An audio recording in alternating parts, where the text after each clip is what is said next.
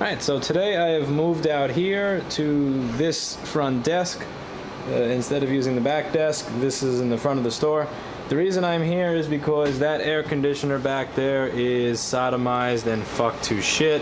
There was frost and snow on the outside of it. It needs Freon, it needs some TLC.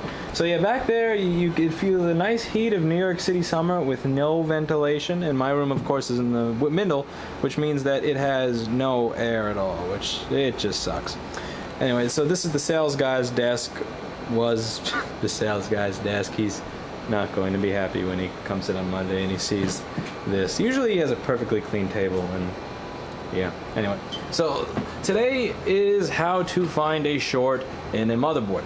Now, people use the word short universally for almost everything. Even when there is no short, people just like using the word because they heard it on television when they were a kid.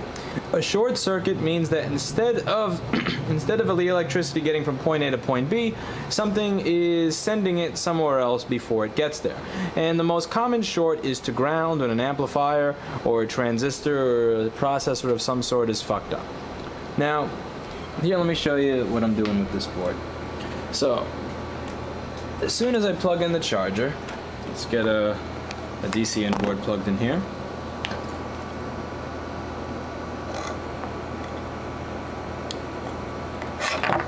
Alright, let me find a charger.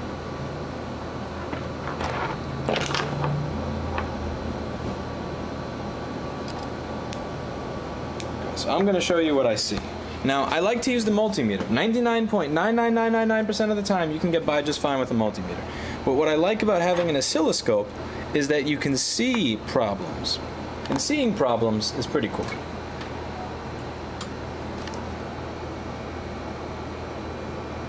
The reason that sparked is because I still had these power wires plugged into the power supply, which was on. Anyway, so let me show you what I saw.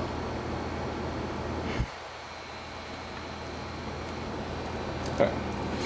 Now, long story short, follow along on your schematic for an 820-2915 motherboard. Okay, so right here is supposed to be where ISL 6259 tells these two transistors to turn the 16, 17, 18, whatever volts from the charger into 12.6 volts that the computer can actually use. And when I look on my oscilloscope, I see 11.5 volts, but as you can clearly see here, it's not straight. Now that's the thing, again, a multimeter is going to read that as 11 point whatever, moving up and down a little bit, but you're not going to see that clusterfuck. Let me show you an example with the multimeter. Let's see if I can while I'm holding this camera. Hopefully this is close to the end of videos done with a shit camera and no tripod, but we will see. Alright. Yeah, so as you can see, I've got, let's see what I get with the multimeter. As soon as I lay this down there.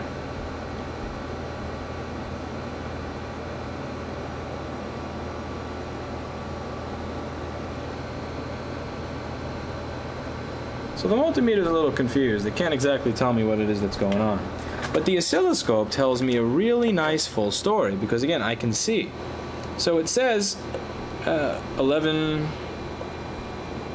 there we go, 11.6 volts. But you see what it's doing. It's rippling like crazy. And when you zoom in a little more, you actually get something closer to 5 volts. Let's zoom in a little more on this. And now it sees 7, and 0, and 1, and 5. The whole idea here is that it's getting itself all the way up to 20 volts and then going all the way back down again over and over and over again and then starting over and over. Now what this indicates to me is a short to ground. So it starts trying to make the voltage. It realizes, holy crap, if I make this 12 volts right here, I am going to explode because I am sending 12 volts into a short to ground. And then it stops, and then since it's stupid because it's a fucking inanimate object and not something with a brain, it just turns itself right back on again. Now, here's what we're going to do. This is a very heavily populated board. If you think that you are just going to magically with your brain find the short to ground, you are insane. Sometimes you can by following along the components, and sometimes it is common sense. But a lot of the time, you are going to be confused as shit. And one of the reasons everybody goes, "Oh my God, you're a genius! Oh my God, God, you're a genius, you're a sage, you're amazing, is because they think that I'm this omnipotent being that just puts my hand over this thing. And out of the thousands of microscopic little fucking things that I cannot see, of all these little things that you can barely see without a microscope, that I am just magically saying, yes, aha, it is this one over here that you need to replace. And when you replace this one right over here, everything will work again. People just think that I'm some magical sage and some fucking wizard genius because I do that. And no, as I've explained many, many times, I'm a fucking idiot just like you. So I need help just like you in finding this. And here's what I'm going to do, because I'm going to use my brain. And again, my brain doesn't work very well. I haven't ever went to an electronics course. I never passed chemistry and calculus in college. But I have just enough of a brain to come up with an idea on how to find this short. Since the short is to ground and my 12 volt shows up here, that means that if I inject 12 volts right here, that 12 volts is going to wind up on ground because it's a short to ground. Correct? Got it? Eh? Okay. Now, since I'm not trying to turn the computer on, there's not going to be a system load. So, now here's what I'm going to do here. Here's what these two little wires here are for. So what I'm doing is I'm using this shitty old G5 power supply right here. And that G5 power supply's 12 volt rail is attached to the 12 volts here. Now, this brown and white wire is attached to the positive end of a bunch of LED strips that are in my window. So I have the LED strips in the window, which are not on right now, and I also got the window lights off. These are LED strips in the window and the shelves, and those are powered off of usually my sales guy's computer, which has this kilowatt gaming nerd power supply. Now, so I'm gonna plug this little Molex connector into there. And then what I also have is another wire going to the ground wire of my power supply to complete the circuit. So the ground wire of my LED lights here is going to the ground of this shitty old 12, 13-year-old G5 power supply. Now here's what this is going to do. My lights in the window have the positive end attached to ground. I'm sending 12 volt to the 12 volt bus on this board using my power supply. And then the ground of the lights in the window is attached to the ground of my power supply to complete the circuit. So what this is going to do is it's going to rip that fucking 12 volts from the 12 volts that I'm injecting to the ground here, and my LED strips, which there's like 5 or 10 of them in that window, are going to rip that power through whatever is causing the short. And that 5, 10, or 15 amp load that I'm putting through here is going to completely fucking sodomize and decimate whatever it is that is shorting to ground. Because whatever is shorting to ground is going to be carrying all of that 12 volt, all the amps from that 12 volts that's required to light up everything in the window. Now to turn my power supply on without having a computer attached to it, I shove my tweezers in here. So you can turn on pretty much any ATX power supply by shorting the green and the black wire. I say almost any because I am not going to be liable if you wind up fucking killing yourself. Anyway, let's see what we get. So I got my wires plugged in here. I got all that going. And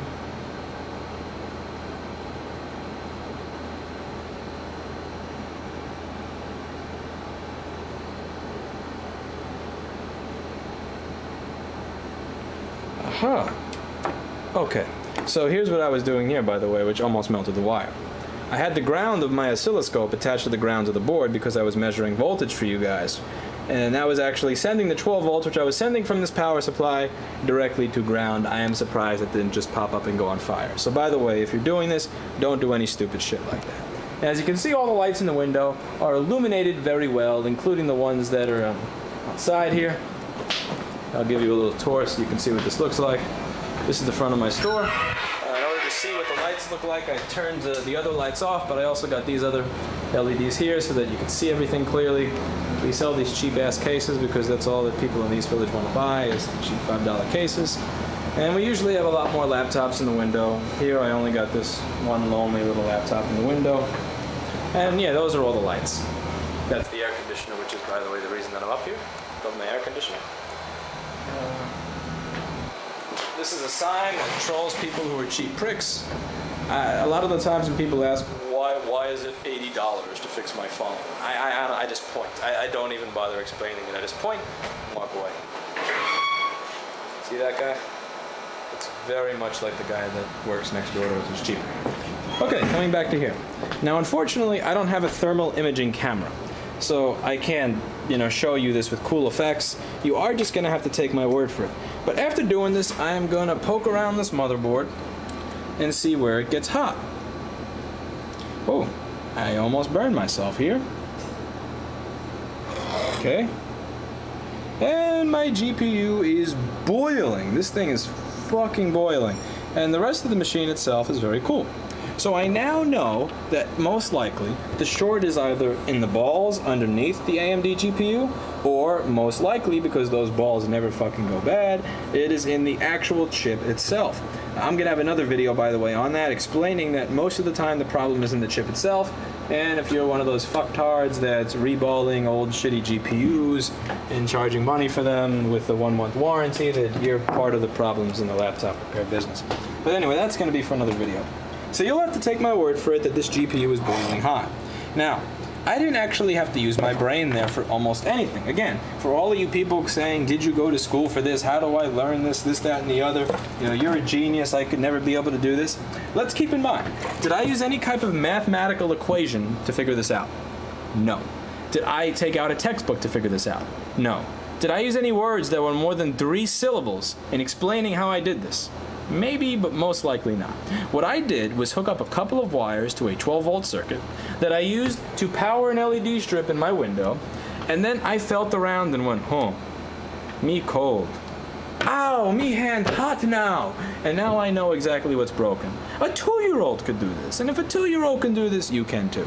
Now, the 2-year-old may not be able to replace this GPU, but eventually you'll get the equipment and you'll have everything you need to do it. And that's pretty much it for today. So today was a basic method of finding a short in a motherboard. Now, a couple of things on this method before you go ahead and fuck up your own shit. If you're gonna do this, make sure that the power that you're pushing through matches the power that that can take. Don't inject 12 volts into PP3V42. If you have a short on your 3.42 volt bus, don't inject 12 volts into it, because if you do that, you're gonna fucking break everything on it. And the same, don't put 12 volts into your 5 volt bus, don't put 5 volts into your 3 volt bus. Just don't, because bad things are gonna happen. I have different things around here that I can use that work on 3 volts, that work on 5 volts, that work on 1 volt. So if I want to find a short, I just inject a voltage that circuit would expect to be able to, I expect that circuit would be able to handle, and then after I've done that, I feel around and try to find what's hot. And there are, cooler ways you can do this. You can use a thermal imaging camera to try to find out what's getting hot. If you want to get one that's not a complete piece of dog shit, you are going to be spending a good $7,000 or $9,000 on it. And I can't really advise that at this stage in the game, because if you have a short that is so impossible to find that you don't find it through just heating, just some basic heating up of the board, then you're probably not going to find it with an $8,000 machine, and that $8,000 machine is probably not going to help you very much. So this is just an introduction. Hopefully you learned something, and that's it.